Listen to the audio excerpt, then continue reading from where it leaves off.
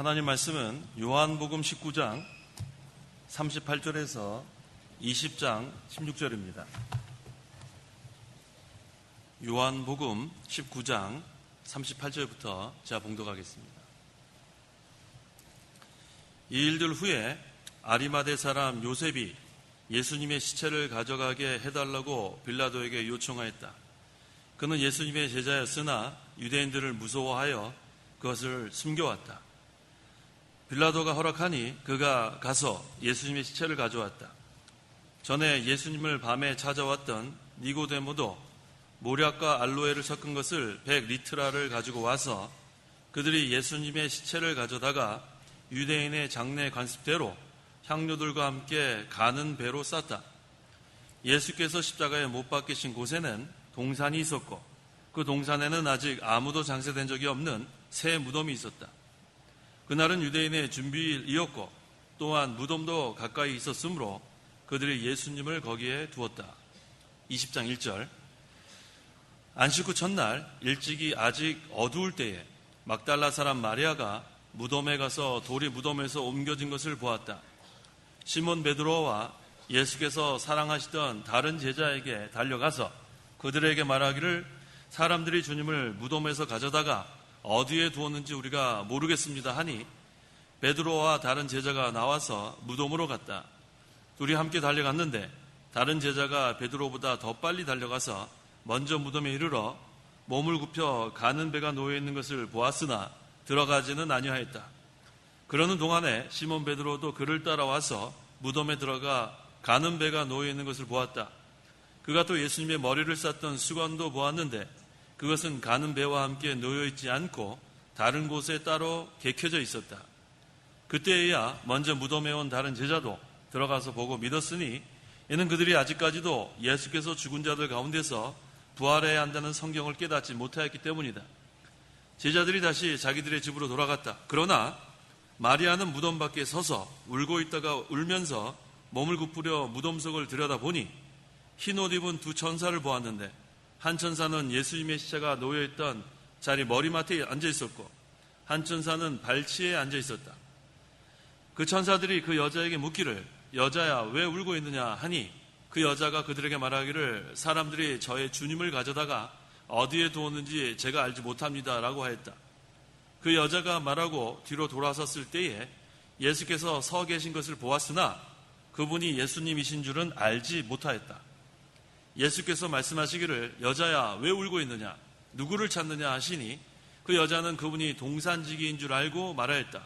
주인님 당신이 그분을 옮기셨거든 어디에 두었는지 제게 말하소서. 그러면 제가 그분을 모셔가겠습니다. 예수께서 그 여자에게 마리아야 하고 부르시자 마리아가 그분께 돌아서서 히브리어로 라보니 하고 불렀으니 이는 선생님이라는 뜻이다. 16절까지 봉독했습니다. 이 시간 증거의 말씀의 제목은 장사 지낸 후에 예수님을 무덤에서 만남. 장사 지낸 후에 예수님을 무덤에서 만남이란 제목으로 말씀 증거하겠습니다. 38절. 이 일들 후에 아리마대 사람 요셉이 예수님의 시체를 가져가게 해달라고 빌라도에게 요청하였다. 그는 예수님의 제자였으나 유대인들을 무서워하여 그것을 숨겨왔다. 빌라도가 허락하니 그가 가서 예수님의 시체를 가져왔다. 오늘 본문에 우리가 눈여겨볼 사람이 두 사람이 있어요. 아리마대 사람 요셉. 다른 한 사람은 누구예요? 니고데모.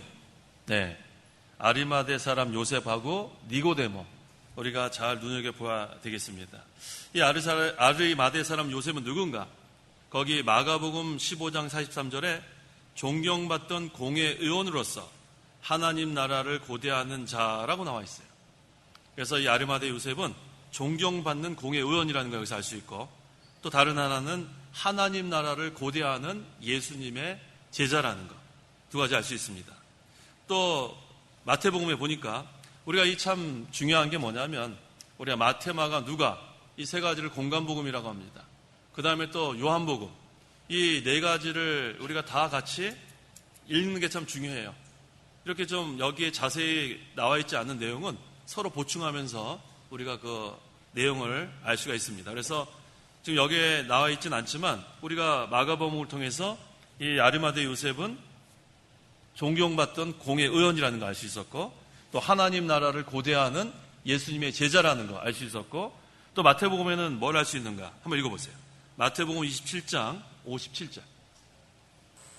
57절 저녁 때가 되자 요셉이라고 하는 아리마대 사람 부자 한 사람이 왔는데 그 역시 예수님의 제자였다. 네. 여기서 또 우리 뭘 알 수 있냐면 이 사람은 부자였다는 거.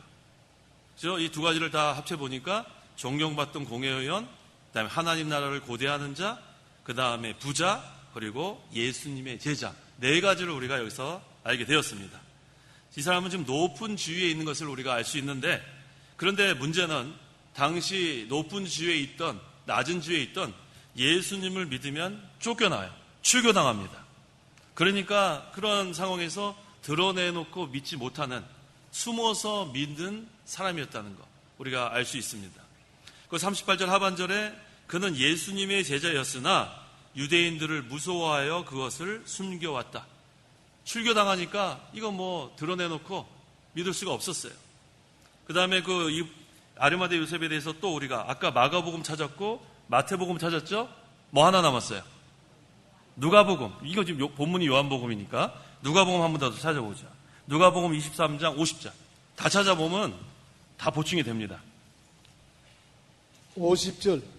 그런데 마침 공의 원인 요셉이라고 하는 사람이 있었는데 그는 착하고 의로운 사람이었다. 또 새로운 거 알았어요. 그는 어떤 사람이에요? 착하고 의로운 사람이었다. 지금 뭐 이제 아리마대 사람 요셉 하면은 다 나왔어요. 존경받던 공회의원, 하나님 나라를 고대하는 자, 아까 마가복음 15장 43절. 그 다음에 부자고 예수님의 제자, 마태복음 27장 57절. 그리고 그는 착하고 의로운 사람, 누가복음 23장 50절. 그래서 이 본문은 오늘 요한복음인데 마태마가 누가 공간복음을 보니까 이 아리마대 사람 요셉이 어떤 사람이라는 것을 우리가 잘 알 수 있었습니다. 이 사람은 참 좋은 사람인 게 틀림없죠? 틀림없어요. 그런데 담대한 마음만 없었어요. 생명 내놓고 그냥 예수님 제자라고 드러내놓고 할 정도의 그러한 담대함은 없었습니다. 어쨌든 이 사람이 예수님께서 십자가에 죽으신 후에는 담대해졌어요. 어떻게 하는가 우리가 알 수 있냐면 거기 빌라도에 가서 시체를 달라 그리고 요청한 다음에 예수님의 시체를 가져왔습니다. 그 다음에 또 다른 사람 또 하나 나온다고 그랬죠? 누구라고 그랬어요? 니고데모. 39절. 전에 예수님을 밤에 찾아왔던 니고데모도 몰약과 알로에를 섞은 것을 100근쯤 가지고 와서라고 했어요. 자, 이 니고데모도 아까 아리마대 사람 요셉처럼 담대한 마음은 좀 없었죠? 뭘 보면 알 수 있어요? 예수님 언제 찾아왔어요? 밤에 찾아왔어요. 대낮에 찾아오면은 다 드러내놓고 그러면 거기서 출교당할 거 두려워하지 않았겠어요? 그런 거 두려워할 거 없어요. 출교당하는 건 뭐 그런 거 두려워요. 제명당하는 거 그런 거 두려워할 거 하나도 없다고요. 하나님 나라 이거 세워나가고 예수님 진리의 말씀 따라가는데 그런 게 뭐 두려울 게 뭐가 있어요. 이 사람들은 다 좋은 사람인데 그런데 이렇게 담대하게 나갈 만한 그런 마음은 없었습니다. 자, 하지만 이 사람도 이제는 담대한 마음을 가지고 나왔어요. 뭘 가지고 왔다고 그랬어요? 몰약과 알로에를 섞은 것을 100근쯤 가지고 왔어요. 여기는 우리 바른 성경에는 리트라라 그랬는데 거기 밑에 각주를 보니까 1리트라가 약 349g. 그러니까 100리트라는 상당한 그런 무게가 되겠죠. 상당한 금액입니다. 그래서 이 니고데모가 이미 이 사람은 예수님을 통해서 중성의 도리를 다 배운 사람이에요. 그래서 이제는 그 믿음을 가지고 지금 숨어서 믿다가 이제 예수님 십자가에서 죽으신 다음엔 나왔습니다. 40절. 40절. 그들이 예수님의 시체를 가져다가 유대인의 장례 관습대로 향로들과 함께 가는 배로 쌌다. 네, 유대인들의 그 장례 관습은 뭐냐 하면 향료들을 이렇게 가는 배에다가 이렇게 같이 해가지고 냄새나지 않게 이렇게 해서 싸는 거라고 해서 지금 증거하고 있습니다. 41절에 예수께서 십자가에 못 박히신 곳에는 동산이 있었고 그 동산에는 아직 아무도 장사된 적이 없는 새 무덤이 있었다라고 했어요. 이거 누구 것 같아요? 아리마대 사람 요셉. 이 사람은 부자였기 때문에 아마 이 새 무덤은 상당한 그러한 가치가 있는 그런 무덤이었을 것 같아요. 자기가 죽으면 거기에다가 이렇게 매장하려고 했으니까 상당히 좋은 건데 이곳에 예수님을 이렇게 시체를 옮겼다고 했습니다. 마태복음 27장 57절에서 60절. 마태복음 27장 57절에서 60절.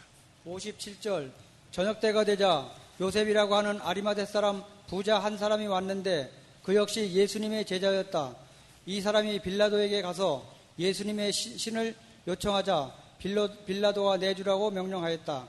요셉이 그 시신을 가져다가 고운 삼배로 싸고 바위를 뚫어서 만든 자신의 새 무덤에 눕히고 무덤 나귀에 큰 돌을 굴려 놓고 갔다. 네, 그 당시 이 유대인들의 무덤은 어떤 무덤이었어요? 굴을 팠다고 했어요. 굴. 우리나라는 어떻게 해요? 땅에다가 매장하죠. 화장은 어때요? 화장. 이런 화장 말고 불에 태워버리는 화장. 그건 어때요? 그거는 잘못된 거예요? 어때요? 이 유대인들은 굴에다가 시체를 놓고 그 앞에다가 이렇게 동굴 이렇게 막아놓습니다. 그 다음에 큰 돌로 막아놓고 우리나라는 땅에다가 매장하고 흙을 덮어버리고 화장은 어떻게 하나요? 불에 다 태우고 나중에 그거를 재를 뿌리든지 아니면 어느 곳에다가. 자, 어떻게 하는 게 좋겠어요? 성도 여러분, 나중에 나는 어떻게 하면 좋겠어요? 생각해 봤어요? 매장이 좋겠어요? 화장이 좋겠어요? 손을 들어서 한번 대답해 보세요. 난 나중에 매장이 좋겠다 한번 하면서 매장. 자녀들 다 보고 계세요. 자녀들 보고 있으라고. 화장이 좋겠다. 어유, 화장이 이렇게. 네. 그래요. 자, 제가 이걸 왜 이렇게 질문을 했냐면 미국에서는 제가 화장하는 거 한 번도 못 봤어요. 제가 30년 전에 미국 갔는데 그 이후로 제가 장례식장을 여러 번 갔어요. 근데 화장하는 거 한 번도 못 봤어요. 그 다음에 제가 영국에 공부하러 갔잖아요. 영국에 한 6, 7년 있는 동안에 그거 가지고 논쟁하는 거 봤어요. 그 다음에 우리나라도 화장과 매장 가지고 논쟁합니다. 어떻게 부모님을 불에다 태워가지고 그걸 제를 할 수 있느냐 그렇게 주장하고 어떤 사람은 땅 좁은데 무슨 소리냐 좀 무덤이 좀 너무 많아서 좀 어떡하려고 그러냐. 자, 거기서 차이를 한번 제가 생각해 봤어요. 곰곰이 성경을 떠나서 생각해 보니까 미국은 땅이 넓어요. 얼마나 넓으냐 하면 도시 한복판에 개 무덤도 있어요. 개 공동묘지. 저 미국 그 코리아타운에 가면은 그 8가하고 노르만디라는 길이 있어요. 미국은 이렇게 바둑판처럼 돼 있어요. 1가, 2가, 3가, 4가, 5가 쭉 있고 그다음 웨스턴, 노르만디 뭐 이렇게 길이 돼 있습니다. 거기에 개들 무덤. 근데 저는 처음에 미국 가가지고 야 어떻게 저렇게 도시 한복판에다가 저렇게 무덤을 아름답게 했을까? 당연히 누구 무덤인 줄 알았겠어요? 사람 무덤인 줄 알았죠. 그랬더니 저한테 가르쳐 주더라고요. 개 무덤이라 그래갖고 제가 깜짝 놀랐어요. 우리나라 사람들은 개를 어떻게 하는데? 네? 우리나라 사람들은 개를 어떻게 하는데? 네. 저 아무 말도 안 했습니다. 자, 그런데 이 미국 사람들은 개를 그렇게 애지중지 잘 이렇게 기르다가 나중에는 무덤을 아주 비싼, 그것도 비싸지 않겠어요? 도시 한복판에. 자, 그래서 보니까 이 견해차가 미국 같은 경우는 땅이 너무 넓으니까 묻어도 뭐 너무너무 막 넓은 거예요. 근데 우리나라나 영국 같은 경우는 이제 묻을 데가 없어요. 묻을 데가 없다. 그러니까 이제는 화장을 좀 권유하는 그런 분위기 같고 영국도 이전에는 그 교회들 이렇게 보면은 제가 그 영국 교회에 이렇게 갔었어요. 근데 밤에 이렇게 좀 시골 교회 설교하러 갔었는데 화장실이 어딨냐 그랬더니 밖에 나가가지고 이렇게 뭐 가면 있대요. 한 바퀴 돌면. 그래갖고 나갔다가 제가 다시 돌아왔잖아요. 무서워서. 뭐 전체가 무덤이에요, 무덤. 그래서 갈등을 했어요. 아, 이거 그래도 화장실 가야 되나 말. 그만큼 거기에는 무덤이 이제 꽉 찬 거예요. 교회 근처는 전부 다 무덤.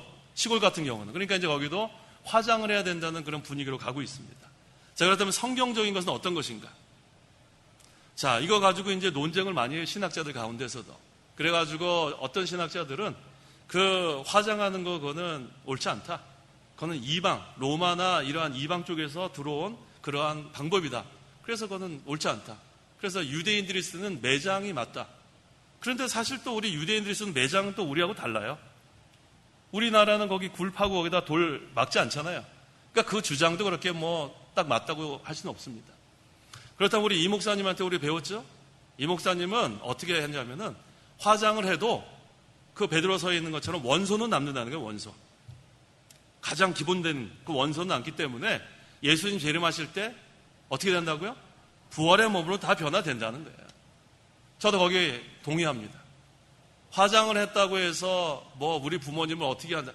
우리가 세상을 떠나면 영혼과 육신은 분리가 되는 거예요, 이미.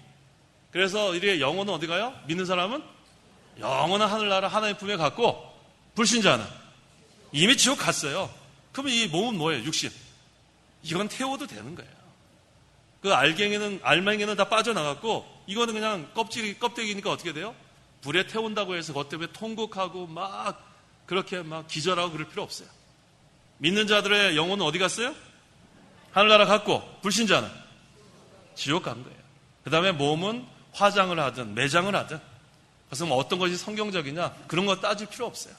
중요한 것은 믿으면 그 영혼이 하늘나라 가고, 믿지 않으면 지옥 간다는 게 중요한 거지, 이 몸 이거 어떻게 하는 방법 가지고 논쟁할 필요가 없습니다. 아시겠죠? 그래서 아까 나는 죽은 다음에 화장 시켜달라, 그거 뭐 괜찮은 거예요. 매장 시켜달라, 뭐 그것도 괜찮은 거예요. 아시겠죠? 그거 가지고 논쟁할 필요가 전혀 없습니다. 자, 근데 이 유대인 같은 경우는 동굴에다가 굴을 파고 거기다가 시체를 넣고 큰 돌로 막는 그러한 방식이었습니다. 자, 그런데 이 아리마대 사람 요셉은 자기의 새 무덤을 예수님께 바쳤죠? 아까워서 바쳤을까요? 기쁨으로 바쳤을까요? 기쁨으로 바쳤겠죠. 예수님의 제자고 착하고 의로운 사람. 그러니까 우리 예수님은 사실 머리도 끝도 없는, 지방칸도 없었던 그런 예수님인데 무덤을 준비할 수가 없었잖아요. 이것은 다 하나님의 예정대로 된 거예요. 이 부자 아리마대 사람 요셉을 믿게 하고, 그 다음에 그 사람을 통해서 새 무덤을 준비하게 한 것, 이게 하나님의 예정 가운데 이루어졌습니다. 42절. 그날은 유대인의 준비일이었고 또한 무덤도 가까이 있었으므로 그들이 예수님을 거기에 두었다. 예, 그날은 6월절의 준비일이었고 또 이날은 6월절과 안식일이 겹친 날이에요. 그래서 시간이 없으니까 이제 그 동산에 있는 아리마대 사람 요셉의 무덤에 장사를 했습니다. 자, 20장 1절. 1절. 안식 후 첫날 일찍이 아직 어두울 때에 막달라 사람 마리아가 무덤에 가서 돌이 무덤에서 옮겨진 것을 보았다. 안식 후 첫날은 무슨 날이에요? 주일이죠. 예수님은 언제 부활하셨어요? 주일에 부활하셨다. 그래서 주일날은 아까 공부 시간에 세 가지 얘기했죠. 성부 하나님께서 사도 요한에게 반모섬에서 계시하신 날, 그 다음에 예수님이 부활하신 날, 그 다음에 오순절 성령이 강림하신 날. 그래서 이제는 토요일날 안식일 지키던 그거에서 이제 날짜가 변경됐다고 했죠. 그래서 주일로 변경이 되는데, 그 주일 성수하는 그 안식일 정신은 어떻게 된다고요? 그대로 이어진다고 했죠. 그대로 이어지는 거. 이게 중요합니다. 자, 그래서 이 주일에 이제 날이 어두웠다고 했어요. 일찍이 아주 어두울 때에 막달라 사람 마리아가 혼자 무덤에 갔습니다. 자, 이거 무덤에 여기가 지금 공동묘지죠? 공동묘지에 혼자서 갈 수 있겠어요? 어떻게 생각하세요? 아니, 복순 집사님 왜 도리도리 하세요? 할머니가. 겁이 많으세요? 갈 수 없겠어요? 네. 갈 수 없겠다가 사실은 맞아. 아까 제가 화장실 가다가 다시 돌아왔다 그러지 않았어요? 무덤이 이렇게 잔뜩 있으면요, 겁이 난다고요. 겁이 나요. 자, 그런데 이 막달라 마리아는 혼자서 갔어요. 혼자서. 그 당시에 무슨 거기 뭐 가로등이 있겠어요? CCTV가 있겠어요? 그건 뭐 얼마나 무섭겠어요. 자, 그런데 어떻게 이렇게 갈 수 있었을까? 막달라 마리아는 주님 만나기를 사모했어요. 그게 이유예요. 사모하는 마음, 그 다음에 주님을 사랑하는 마음이 있었어요. 그러면은 환경을 초월할 수 있습니다. 주님을 사모하고 주님을 사랑하면 환경을 초월할 수 있고, 그 다음에 하나님께서 담대한 믿음을 주세요. 담대한 믿음을 주신단 말이에요. 그래가지고 제가 아까 거기 화장실 갔다가 돌아왔다 그랬죠? 그 다음에 기도하고 다시 갔다 왔어요. 담대한 믿음. 우리가 그 뭐가 무서워요? 그 무덤 거기 뭐 아무 거 걱정할 게 하나도 없다고요. 이 마리아 두 가지 기억하세요. 주님을 사모하고 두 번째는 주님을 사랑하니까 하나님께서 담대한 믿음을 주셨습니다. 그럼 하나님께서 장애물을 다 치워주세요. 세 가지를 가지고 나가면 됩니다. 주님을 사모하고, 따라해보세요. 주님을 사모하고 주님을 사랑하면 담대한 믿음을 주신다. 이게 하나님 주시는 거예요. 그러면 장애물 다 없어집니다. 그래서 아무리 공동묘지고 또 날이 어두워서 이렇게 가기가 힘든 그러한 환경이지만 장애물 다 하나님께서 치워주시는 거예요. 그래서 오늘날도 우리도 이 담대한 믿음 가지고 나가야 돼요. 담대한 믿음. 이 담대한 믿음 가지려면 첫째는 주님을 사모해야 합니다. 주님을 사모해야 돼요. 그 다음에 주님의 말씀을 사모해야 돼요. 그 다음에 주님을 사랑해야 합니다. 주님을 사랑하면 말씀을 지킨다고 했죠. 계명을 지킨다고. 그래서 우리가 말씀을 지키는 자가 돼요. 주님을 사랑하는 자는 계명을 지킨다. 그 다음에 주님을 사모하는 자. 그 다음에는 또 있어요. 뭐 해야 되냐면 기도해야 돼요. 기도하지 않으면 담대한 믿음 갖기 힘들어요. 오늘 담대한 믿음 가졌다가 내일 아침에 일어나서 기도 안 하면 또 두려워요. 그걸 아셔야 돼요. 그러니까 기도 몇 번 하라 그랬어요? 한 번? 두 번? 7번까지. 만수라 그랬죠. 완전수. 하나님이 기도 계속 하라는 거예요. 중단하면 또 두려웠고, 중단하면 또 의심이 들어오고, 중단하면 안 돼요. 중단하면 또 신앙의 잠에 또 빠집니다. 그러면 분별력 다 없어져요. 내가 악한 일을 하고 있는 것도 몰라요. 얼마나 불쌍한지 몰라요. 분별력 다 없어지면. 우리는 기도 많이 해야 합니다. 그러면 담대한 믿음이 생기는 거예요. 담대한 믿음. 2절. 2절 시몬 베드로와 예수께서 사랑하시던 다른 제자에게 달려가서 그들에게 말하기를 사람들이 주님을 무덤에서 가져다가 어디에 두었는지 우리가 모르겠습니다 하니. 자, 시몬 베드로와 여기 사랑하시던 다른 제자 누구예요? 사도 요한. 그렇죠? 두 사람이 있었는데 그 막달라 마리아가 달려가가지고 두 사람에게 말했어요. 뭐라고 말했는가? 사람들이 주님을 무덤에서 가져다가 어디에 두는지 우리 모르겠습니다. 담대한 믿음이 있었는데 아직 정확하게 부활에 대한 그런 믿음은 없었습니다. 그랬더니 그 소리를 듣고 3절에 베드로와 다른 제자가 나와서 무덤으로 뛰어갔어요. 요이 땅 누가 이겼어요? 자, 요이 땅하고 뛰었단 말이에요. 베드로하고 사도 요한하고. 누가 이겼어요? 사도 요한이 이겼어요? 어떻게 아세요? 먼저 어떻게 뛰어간 거 어떻게 아세요? 목사님한테 배운 게 아니고 성경에 진짜 목사님도 성경 보고 가르쳐 주셨어요.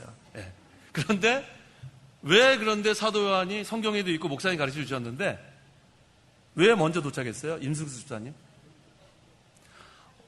하나님이 능치 못한 일이었고 여기에 그렇게 너무 크게 얘기하면 안 되고요. 답은 아주 간단해요. 아주 쉬워요. 사도 요한이 더 젊었어요. 사도 요한이 더 젊어서 우리 여기 충심이하고 이런 거 비교하지 마요. 자, 그래가지고 뛰어갔단 말이에요. 사도 요한이 먼저 뛰어갔어요. 자, 그런데 보세요. 그 4절 5절 둘이 함께 달려갔는데 다른 제자가 베드로보다 더 빨리 달려가서 누가 더 빨리 달려갔어요? 사도 요한. 베드로보다 그랬잖아요. 그렇죠? 사도 요한이 베드로보다 더 빨리 달려가서 먼저 무덤에 이르러 몸을 굽혀 가는 배가 놓여 있는 것을 보았으나 뭐는 안 했어요? 들어가지는 않았다. 자, 먼저 도착했다고 다가 아니에요. 사도 요한이 젊어서 먼저 뛰어갔어요. 근데 무덤 안에 들어간 사람 누군가? 6절에서 8절. 6절 그러는 동안에 시몬 베드로도 그를 따라와서 무덤에 들어가 가는 배가 놓여 있는 것을 보았다. 그가 또 예수님의 머리를 쌌던 수건도 보았는데 그것은 가는 배와 함께 놓여 있지 않고 다른 곳에 따로 객해져 있었다. 그때야 먼저 무덤에 온 다른 제자도 들어가서 보고 믿었으니. 네, 베드로가 나이는 더 많아요. 근데 젊은 요한은 뛰어는 먼저 갔는데 도착은 먼저 했는데 무덤 안에는 안 들어갔다는 거예요. 더 많은 것을 본 사람은 베드로예요. 먼저 된 자가 나중 될 수 있다는 거예요. 나중 된 자가 먼저 될 수도 있어요. 그래서 나이 많은 베드로는 요한을 따라 늦게 도착했어요. 그런데 무덤 안에 들어갔어요. 더 많은 것을 본 거예요. 그 다음에 가는 배가 놓여있는 것을 보고, 또 예수님의 머리를 쌌던 수건도 보고, 가는 배와 함께 놓여있지 않는 것도 보고, 다른 것에 객혀져 있다는 거 다 봤어요. 그러니까 먼저 도착했다고 다가 아닙니다. 차분하게 안에 들여다 봤어야 되는데 더 많은 것을 본 사람은 그러한 베드로인 걸 알 수 있어요. 그 다음에 요한도 따라 들어갔어요. 베드로 따라 들어가서 막달라 마리아가 무덤이 비었다고 베드로와 요한에게 말한 것을 이제서 보게 되었습니다. 9절, 이는 그들이 아직까지도 예수께서 죽은 자들 가운데서 부활해야 한다는 성경을 깨닫지 못하였기 때문이다. 실제로 예수님이 그 무덤 안에 시체가 없는 걸 보았는데도 뭐는 깨닫지 못했어요? 예수님의 부활은 깨닫지 못했다는 거예요. 부활은 깨닫지 못했다. 자, 부활을 만약에 믿었다면 그곳에 있었겠죠? 근데 깨닫지 못하니까 어떻게 했나 보세요. 10절에 다 같이 읽어보세요. 10절 시작. 제자들이 다시 자기들의 집으로 돌아갔다. 부활의 신앙이 아직 없었어요. 그러니까 자기 그냥 일 보려고 또 다시 돌아간 거예요. 그런데 여기에 한 사람은 안 돌아갔어요. 11절. 11절 그러나 마리아는 무덤 밖에 서서 울고 있다가 울면서 몸을 굽으려 무덤 속을 들여다보니. 자, 아까 마리아는 어떤 신앙이었다고 했어요? 주님을 사모하고 주님을 사랑하고. 그러니까 하나님 어떤 믿음 주셨어요? 담대한 믿음을 주셨단 말이에요. 주님을 사모하고 주님 만나기를 그렇게 고대하네. 그 마리아는 돌아가지 않았어요. 아까 베드로와 요한은 돌아갔는데 마리아는 무덤 밖에 서서 울고 있었어요. 그 다음에 어떻게 했다고 그랬어요? 몸을 굽으려 무덤 속을 들여다 보니까 12절. 12절 흰옷 입은 두 천사를 보았는데 한 천사는 예수님의 시체가 놓여있던 자리 무리맡에 앉아 있었고 한 천사는 발치에 앉아 있었다. 마리아가 무덤 안을 들여다봤습니다. 아까 요한이 보지도 못하고 베드로도 보지 못하는 것을 보게 되었어요. 두 천사를 봤습니다. 누가 보냈어요? 하나님께서 보내셨죠. 아직 이 부활에 대해서 깨닫지 못하는 그런 자에게 이 부활을 믿게 하려고 두 천사를 보내 증거하는 것을 우리가 볼 수 있습니다. 13절에 그 천사들이 그 여자에게 묻기를 여자야 왜 울고 있느냐. 그 여자가 그들에게 말하기를 사람들이 저의 주님을 가져다가 어디에 두었는지 제가 알지 못합니다. 자, 13절에 마리아가 누구 주님이라고 그랬어요? 저의 주님, 나의 주님. 성도 여러분, 그냥 주님이 아니에요. 누구 주님? 나의 주님이에요. 나의 주님. 한번 따라해 보세요. 나의 주님. 좋아요? 전 너무 좋아요. 다른 사람의 주님이 아니고 나의 주님. 이 마리아가 이렇게 고백할 수 있었던 것은 주님을 어떻게 했다고요?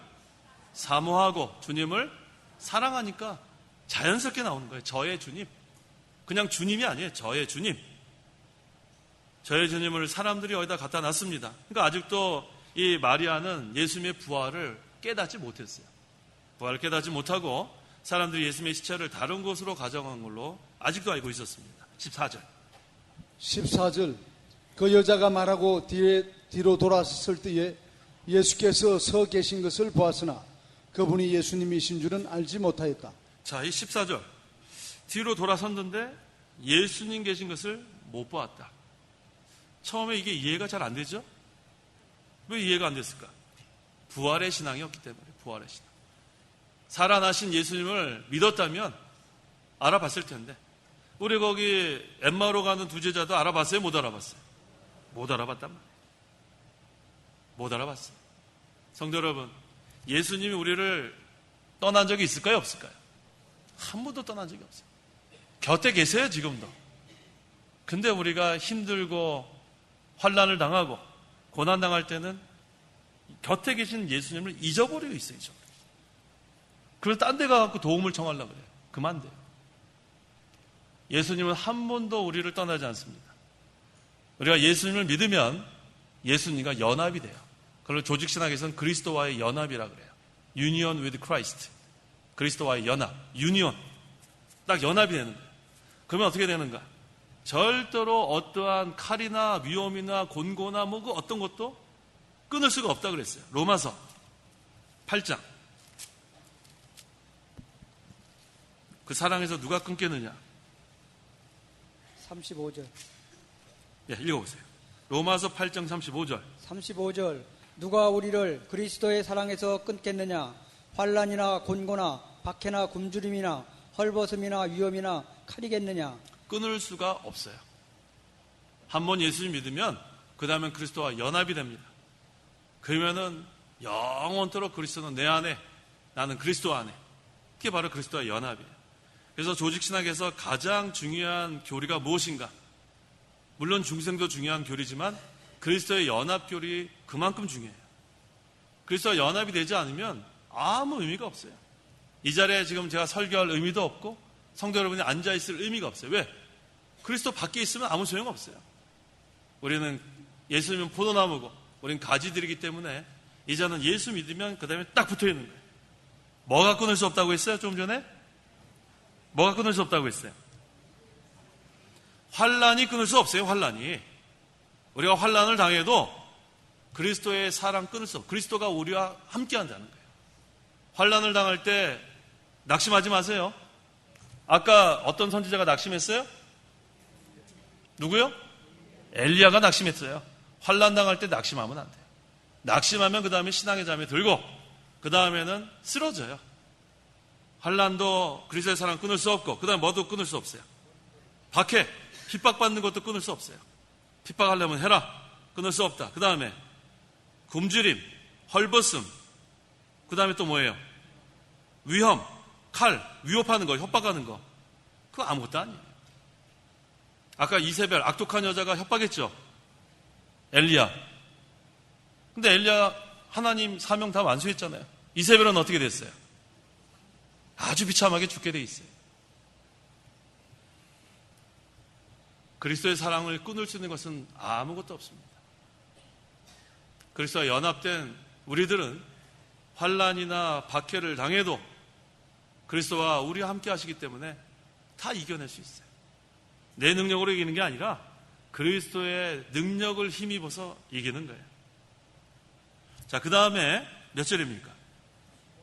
15절. 15절. 예수께서 말씀하시기를 여자야 왜 울고 있느냐? 누구를 찾느냐 하시니 그 여자는 그분이 동산직인 줄 알고 말하였다.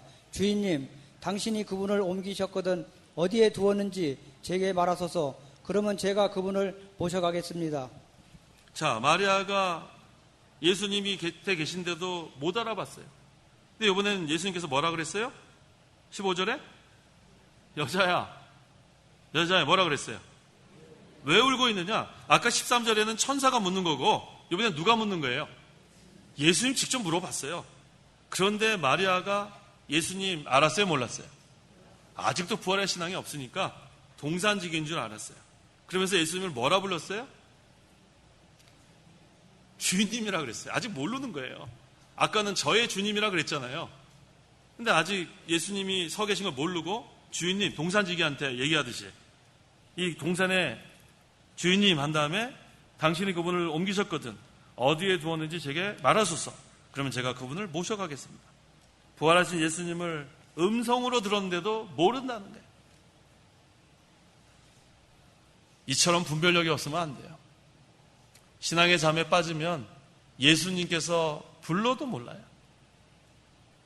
들으려고 하지도 않아요. 귀를 딱 막아버렸으니까. 마음 문을 두들겨도 강박하니까 문을 열려고 하지 않아요. 돌같이 딱딱해가지고. 아무리 예수님께서 옆에 계셔도 못 알아보고 음성을 들려줘도 못 듣고 얼마나 답답해요.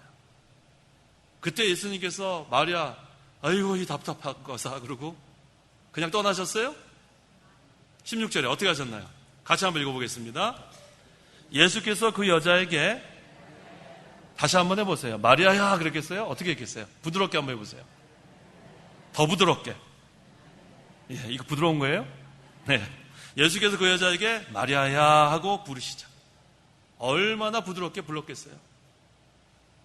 이 멍충이야 안 그랬지? 멍충이야. 내가 옆에 있는데도 몰라? 내가 음성을 들려주는데도 몰라? 예수님은 우리를 그렇게 하지 않아요. 이 멍충이들인데 예수님이 함께 계신 것도 우리는 알아보지도 못하는데 그래도 예수님은 우리의 이름을 불러주신다는 거예요. 뭐라고 불러주세요? 자기 이름 한번 불러보세요. 뭐라고요? 자기 이름이 마리아예요? 자기 이름. 자기 이름 한번 불러보세요. 아니, 불러보세요. 뭐 이렇게 쑥스러워요. 자기 이름 부르는데. 불러보세요. 뭐라 그런지 모르겠어요. 아까 우리 세신자실에 제가 오늘 이렇게 교제하는 날이어서 갔었어요. 그랬더니 이제부터 이름 부를 때 성을 꼭 불러야 되겠어요. 미영 집사님 그러면 두 분 다 저한테 대답하게 생겼어요. 서미영 집사님, 박미영 집사님이 다 세신자시더라고요. 우리 황명 집사님도 있잖아요. 김영 집사님도 있고. 우리 교회 이름이 똑같은 사람이 있어요. 제가 이 얘기를 왜 하는 거예요, 지금? 아까 참, 세신자실에서. 네. 자, 우리 예수님은 우리의 이름을 다 아신다는 거예요. 제가 지금 집사님도 이름을 다 알잖아요. 그렇죠? 예수님께서 우리의 이름을 알까요, 모를까요? 자, 요한복음 10장. 요한복음 10장 3절 한번 읽어보세요. 3절 문지기는 그에게 문을 열어주고 양들은 그의 음성을 들으며 목자는 자기 양들의 이름을 하나하나 불러 그들을 이끌어낸다. 그렇죠? 예수님은 우리의 이름을 하나하나 부른다고 했어요. 이름을 다 아신다는 거예요.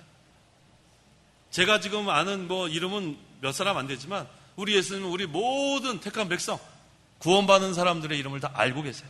그 이름이 다 어디에 기록되어 있어요? 생명책에 다 기록되어 있다는 거예요. 그래서 우리를 부를 때 어떻게 불러요? 자기 양들의 이름을 하나하나 부른다는 거예요. 우리를 상대할 때 한 번에 그냥 다 상대하는 게 아니라 한 사람 한 사람을 다 예수님께서 상대해 주신다는 거예요. 얼마나 감사한지 몰라요. 한 사람 한 사람. 자, 여기서 지금 마리아야 불렀는데 아까 자기 이름 불렀죠? 예수님이 이렇게 우리를 불러주신단 말이에요. 자, 그랬을 때 이제 마리아가 어떻게 했는가? 주님의 음성을 이제는 알아들었어요. 그래서 아까는 주인님이라고 그랬는데 요 16절 하반절에는 뭐예요? 마리아가 그분께 돌아서서 히브리어로 뭐라 그랬습니까? 라부니 하고 불렀다고 했어요. 여기서 라부니는 선생님, 랍비, 선생님이란 뜻이에요. 주님의 음성을 이제는 확실하게 알게 된 거예요. 이 마리아는 끝까지 남았어요. 주님을 사모하고 주님을 사랑하고 그 다음에 하나님께서 담대한 믿음을 주셨고, 자, 이처럼 주님을 사모하고 주님을 사랑하고 그런 자, 끝까지 남는 자에게는 예수님께서 부드러운 음성으로 주님의 음성을 들려주신다는 거예요. 근데 그 주님의 음성은 자기 양만 한다고 그랬죠? 아까 그 요한복음 10장 그 4절에 그가 자기 양들을 모두 불러낸 후에 양들을 앞서가면 양들은 그의 음성을 알기 때문에 그를 따르나라고 했죠? 주님의 음성을 아는 것은 예수님의 양들만 한다는 거예요. 참 중요한 거죠? 그 다음에 뭐라 그랬어요? 5절에 타인의 음성은 알지 못하기 때문에 양들은 결코 타인을 따라가지 않고 오히려 그에게서 도망간다. 누구의 음성만 따라가요? 누구의 음성이요? 주님의 음성만 따라가는 거예요. 주님의 음성. 다른 데로 따라가면 큰일 납니다. 목자의 음성을 딱 듣고 양들은 잘 따라가야 안전해요. 쉴만한 물가, 푸른 초장. 그래서 주님의 음성을 잘 듣고 따라가야 합니다. 그래서 예수님을 진정으로 사랑하고 예수님을 더욱 알기 간절히 원하는 그런 성도는 주님의 음성을 듣고 끝까지 따라갑니다. 그래서 오늘날도 우리가 이 마리아 같은 그런 믿음 중요합니다. 주님을 사모하고 주님을 사랑하고 끝까지 나가는 것. 그러면은 하나님께서 담대한 믿음을 주시고 그 다음에는 하나님께서 크게 역사하시는 거예요.